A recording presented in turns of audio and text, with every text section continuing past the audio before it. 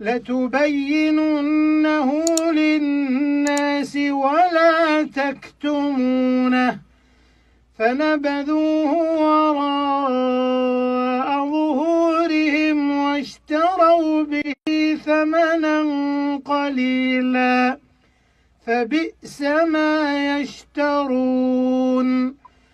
لا تحسبن الذين يفرحون بما أتوا ويحبون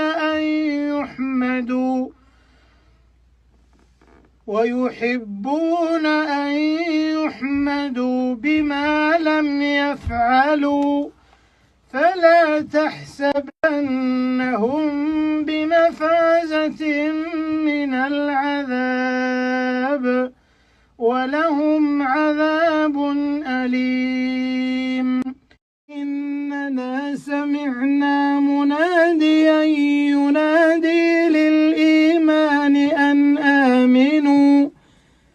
أن آمنوا بربكم فآمنا ربنا فاغفر لنا ذنوبنا وكفر عنا سيئاتنا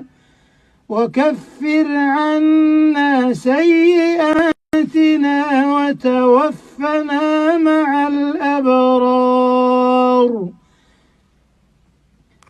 वीडियो के नीचे सब्सक्राइब के बटन पर क्लिक करें, बेल के आइकॉन पर क्लिक कीजिए ताकि हर नई वीडियो की नोटिफिकेशन आपको मिल जाए।